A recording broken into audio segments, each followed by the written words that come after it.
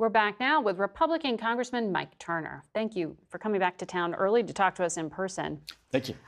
Let's start on our polling, because you, like many people right now, are running for re-election, right? You look at this poll, 64% of the American people disapprove of the war, 62% say the president has no clear plan. There are these negative perceptions of the president's handling of the economy and inflation.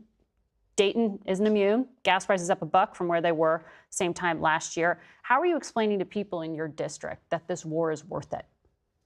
Well, first off, no conflict ever polls well. I mean, when there's a conflict occurring, no one says it's being handled well, because you have to go through the conflict. The president has articulated, I think, very well, that this is about ensuring that Iran does not become a nuclear state. And no one is willing to trade lower gas prices for Iran becoming a nuclear state. And when Vice President Vance stood at the podium and said that the negotiations had broken off because Iran was not willing to declare that they would not become a nuclear state, that should have sent a chill both through Europe and around the world. And I think, for everyone, because that truly is what this is about. That puts away what Senator Warner was trying to dismissively say, that this was not an imminent threat, and what everyone else has been saying in Europe and around the world. Well, the president says it's an ambition. But that this is an immediate. The IAEA, Grossi, the director, had said they were weeks away from having enough material to have. He said there was no evidence that they were pursuing a nuclear weapon. He said they were weeks away, and now you have it. No longer can people say that they did not have the ambition. Here they are, all the way at the table. They have been in this massive conflict, and they're unwilling to say they're not going to pursue. They're unwilling to pursue a nuclear weapon. Preventing that. However, the negotiation itself is proof of the fact that militarily you cannot achieve destruction of nuclear ambition, is it not? No, it's not, because they're still ongoing, and the president has said what's ongoing. This conflict, this act, the negotiations. But the president said the war's won. This is not over, and as it's not over, Iran is going to have to come to the realization, as the JCPOA, the original enrichment deal that Obama had negotiated, where he said, we're not going to allow them to have a nuclear weapon, but we're just going to watch. And they didn't have a nuclear weapon. And where we're going to watch. And they don't have a nuclear weapon. And we're going to watch them enrich until they get close enough, and then we'll take military action. Europe, everyone was a party to this deal. This is not just a United States. They still won't agree to not get a nuclear weapon. This is not just a United States issue, as we saw during this conflict, where Iran, in their missile technology, sent a missile all the way to Diego Garcia. This was a wake-up call for Europe. They now have missile technology that can reach Europe. Right. This is a terrorist regime, that we cannot allow to have a nuclear weapon. So you said the president has been very clear here in his goals and intent. Our polling shows the American people aren't persuaded in the same way you are. Let me run through some of the things he said on the Hormuz Strait. At the outset of the war, March 3rd, he said the Navy would begin escorting tankers. No matter what, the U.S. will ensure the free flow of energy to the world. March 9th, he said he was still thinking about taking it over.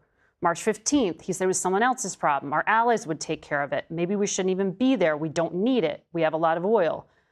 6 days later, he threatened online the U.S. would attack Iran's power plants if it didn't open the strait within 48 hours. March 26th, he went back to blaming allies, saying he's disappointed in NATO. Margaret, in any conflict, he announced a 2-week ceasefire, saying Iran had agreed to open the strait. I'm not done, because yesterday he said that CENTCOM announced they're sending 2 ships to set the conditions for clearing mines. This morning, he said the Navy's going to start blockading the strait and interdict ships. Is that the final answer? I mean, can you see here why the public doesn't think that the president has a clear strategy? Your adversary has a vote in this, too, and they have a position in it, too, which there were just negotiations yesterday. They changed with the Just yesterday, there were negotiations, and literally, Iran had an opportunity just yesterday to say to the world, we're not going to pursue a nuclear weapon. Can you imagine? But the largest exporter of a terrorist regime to go up, having a nuclear weapon, they have been enriching. They have been enriching uranium. They've been enriching to the point where the IAEA, the head of the IAEA, said they were weeks away from having enough to have a There nuclear has weapon. not been a single congressional hearing on this issue. No one's disagreeing. It's an important one. Since this war began, you have been in session for 11 days, Congressman. For decades. Do you think this is adequate oversight? There have been of this war? Decades of, well, actually, we have had classified briefings on this issue. Now, this is an ongoing conflict. There are going to be continued briefings. I think the administration certainly could, and the chairman of the Armed Services Committee has chastised the department on needing to provide Congress with more information, but we've had classified briefings. But the issue that's the crux of this, that Iran cannot be permitted to have a nuclear weapon, which is what the vice president stood before the world and said, yes, that Iran is unwilling to declare just yesterday, which was the breaking point of the negotiations, has been the subject of hearings for decades. Do you know what the president means when he says that the United States Navy is now going to be blockading the Strait of Hormuz that we are trying to open?